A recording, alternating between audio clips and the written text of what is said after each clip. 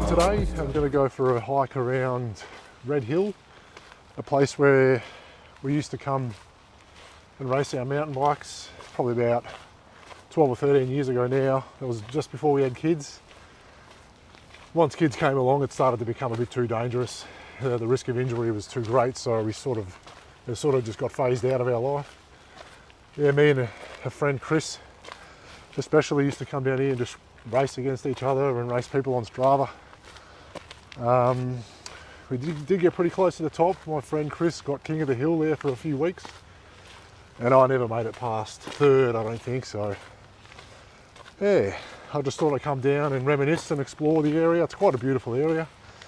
They got the old quarry, the old pioneer quarry. It's been shut down, and now it's just a mecca for mountain biking, and it's a bloody awesome place. So I thought I'd come share with you this area.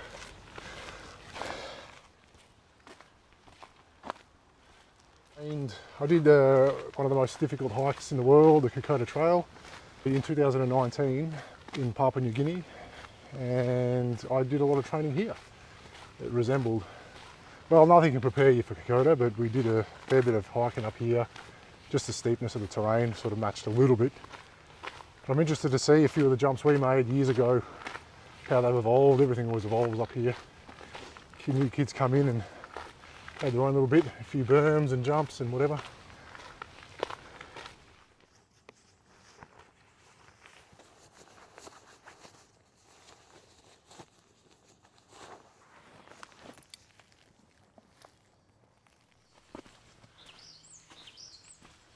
So this is kind of the start of the steep stuff.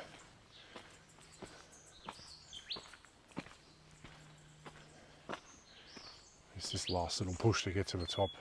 And it's the beginning of the bike trails. So when we used to race, we probably only ever did maybe 6 runs. So it'd take you 5 to 6 minutes to go from top to bottom, maybe even quicker, I can't remember. It'd take you half an hour to walk up the hill. So we would only, this is before e-bike, so we didn't have any of that crap, which I don't like that much either. But we used to do that run maybe 6 times, and then we're just completely exhausted, and the risk of injury was too great, so we used to just pull the pin. Yeah, a lot fitter back then as well. Oh, what a great place. Come here on a weekday hoping there won't be any riders, because from experience there's nothing worse than fanging down the hill and there's a hiker hoofing up the hill. It can be quite agitating. So I haven't seen anyone here. I'm just going to go check out, see if these jumps are here. I can see them, they're still there. These are the first 2 jumps we hit. That doesn't seem like a massive gap, but it is when it's the first time. And here's the other one. This one took a bit of courage. Oh, there's heaps of new jumps here. God.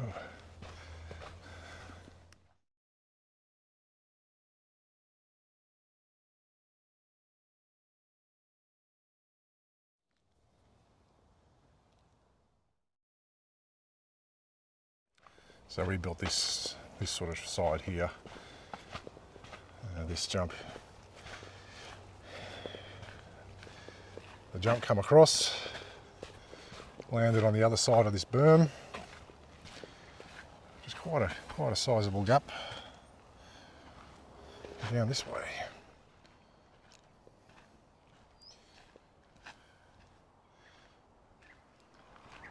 So I guess I'm proud to say that I was the first one to hit this double, and I can confidently say that because I built it.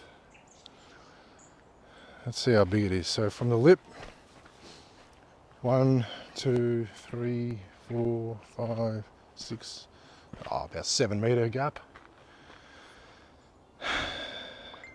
Oop, pinging. Yeah. Now, a friend of Chris and I were a friend of mine, Chris and I were the ones to start this one, and I took advantage of the fact that he was at work to finish it and jump it. And I don't think he ever forgave me for that. But yeah, we built this little trail here. It wasn't much, we just built a maybe 50 metre section of it. But yeah, now it looks like it's become one of the main veins through here. Yeah, it's quite cool to reminisce here. Now just to my left, or to my right, was the first real big double I ever hit. That's about 10 metre gap. I'll go check it out now.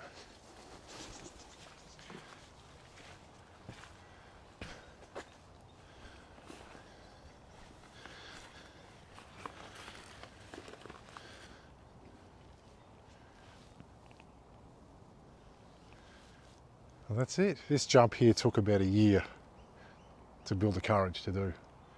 I reckon I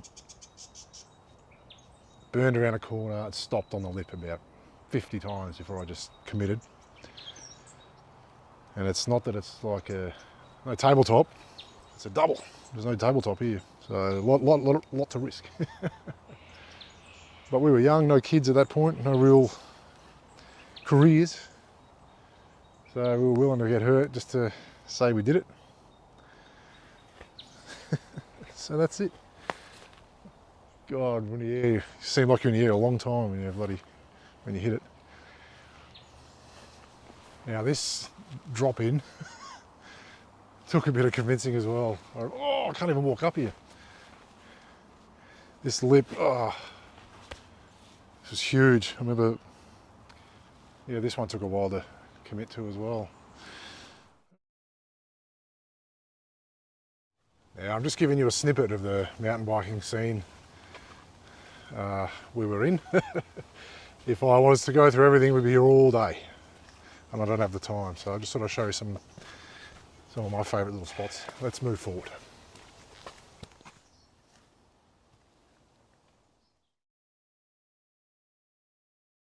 If you're ever going to come up here and explore the area, I know you probably won't, but don't wear headphones and just keep your ears open for riders, because they're flying through here at 100 miles an hour.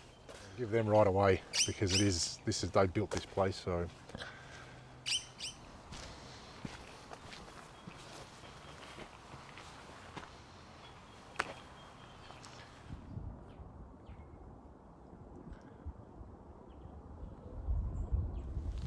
Oh, I'm fairly certain I shouldn't be walking through here. A bit tight.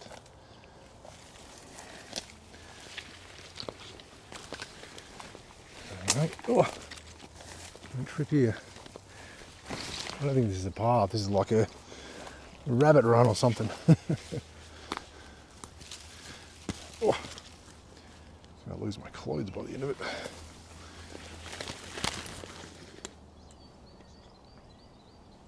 Wow. Yeah, she's pretty full. So you can see that road used to come all the way down. You just better walk all the way down to that corner. It's full of water. Gorgeous little spot here.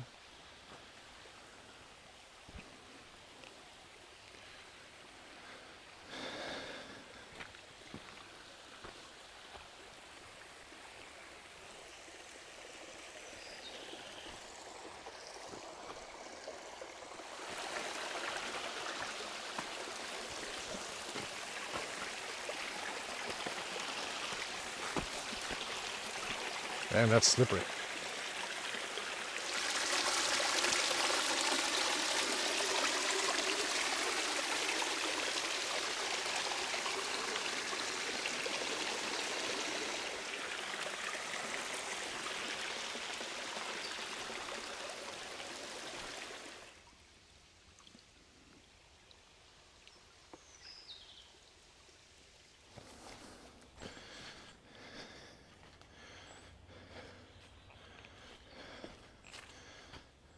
There's an eerie kind of silence in this place.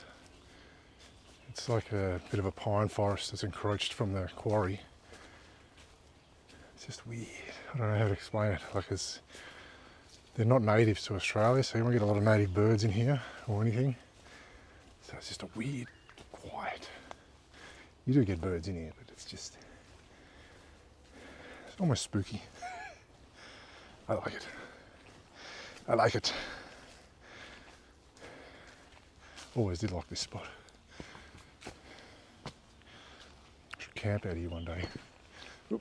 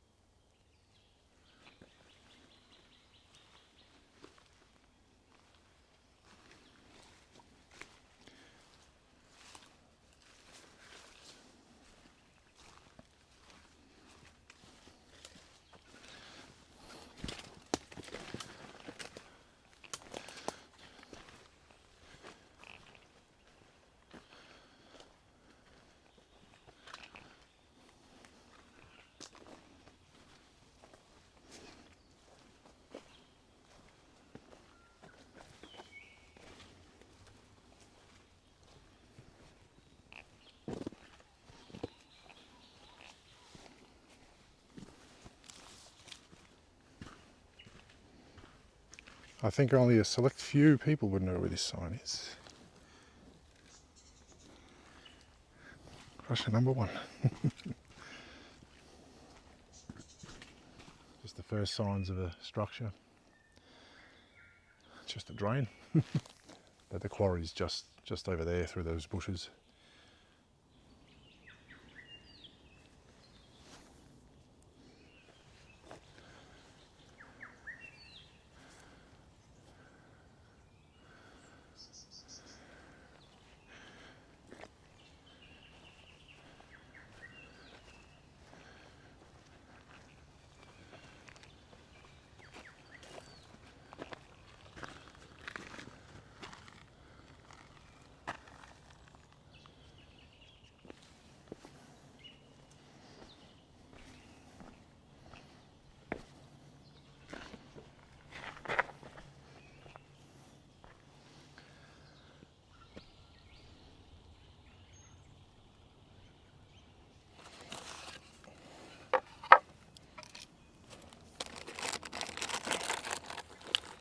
I haven't had a drink for nearly 3 hours.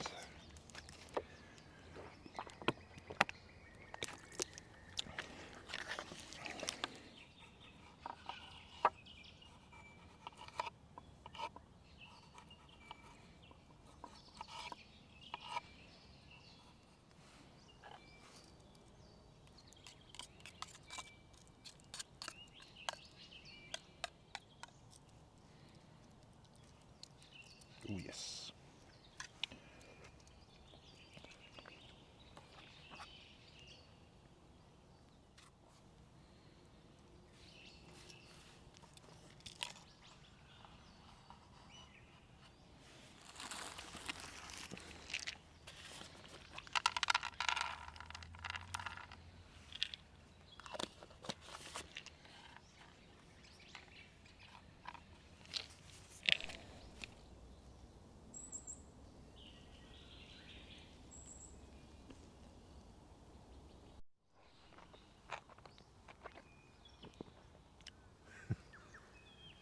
I was just thinking, I generally devour my food when it's put in front of me.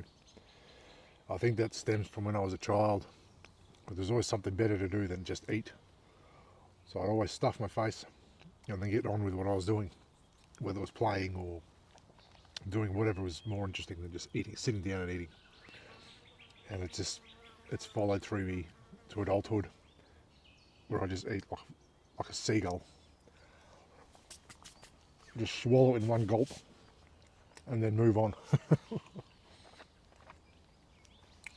Don't get me wrong, I enjoy food, but I don't enjoy sitting down too much.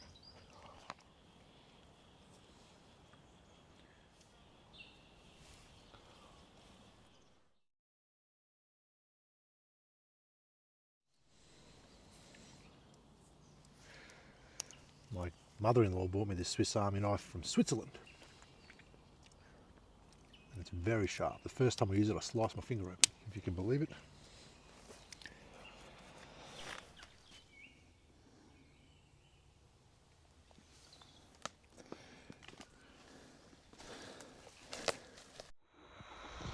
Just reminds me of something out of the Third Reich. There's something behind the Iron Curtain. You can just see how sheer these cliffs are. They were pushing their limit, I think, when they were extracting the stone. So here's the water's edge, and normally you can walk all the way down around where those yellow trees down there to the bottom corner. But this is, like I said earlier, probably about 10 metres higher than normal. You can walk right around this quarry normally, but not today. This is dang high. Some kind of structure up there getting torn to hell.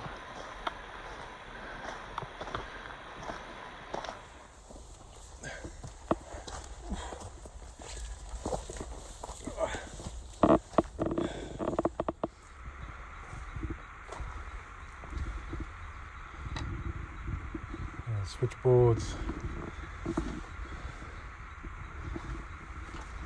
been smashed to pieces.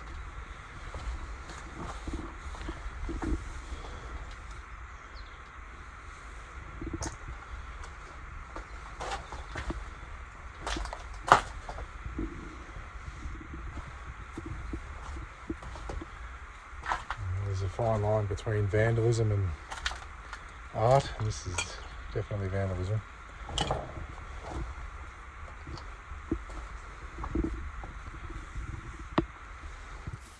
An old bluestone wall here, part of some kind of structure. Now there used to be a huge shed here. Like they used to park the trucks in here, I'm assuming.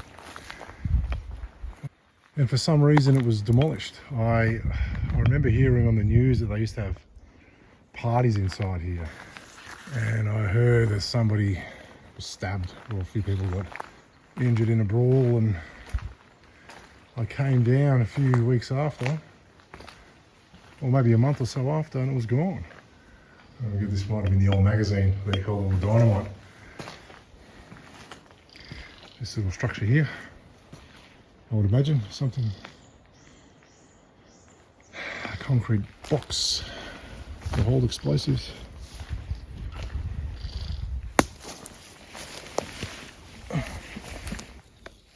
Old milk bottle. That's cool. Might hold on to that. Oh, look at that. Oh, look how the pine tree grew in around the handrail and then snapped off.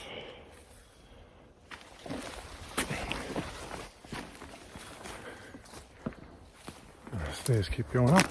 I wonder what's up here.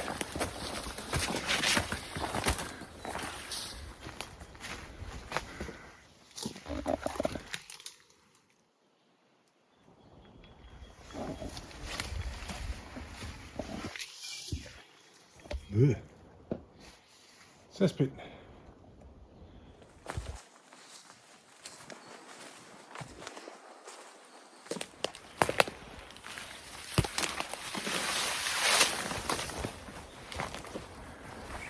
Oh dear.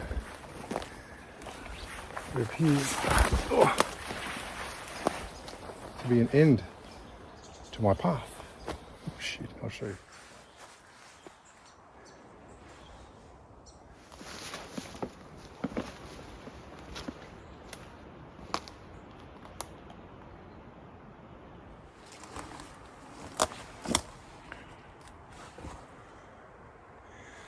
Might be a pretty cool place to set up a camp. Well, I'm starting to get a bit worn out. I think I might head back to the car, call it a day on this adventure.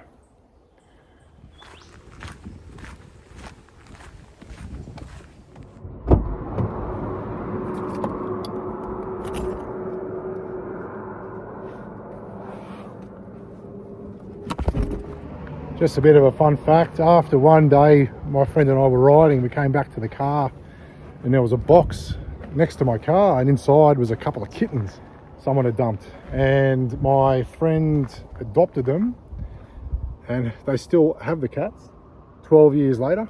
And yeah, now they are currently living in San Francisco, so it was a bit of a sliding doors moment for those two cats. Yeah, so down the bottom of Eaton's Cutting there was a little box next to my car full of cats, and we found them, they adopted them, and now they're living a high life in San Francisco. They see more of the world than I do. Well, that's the end of my video, guys. I'll see you soon. Speak to you next time.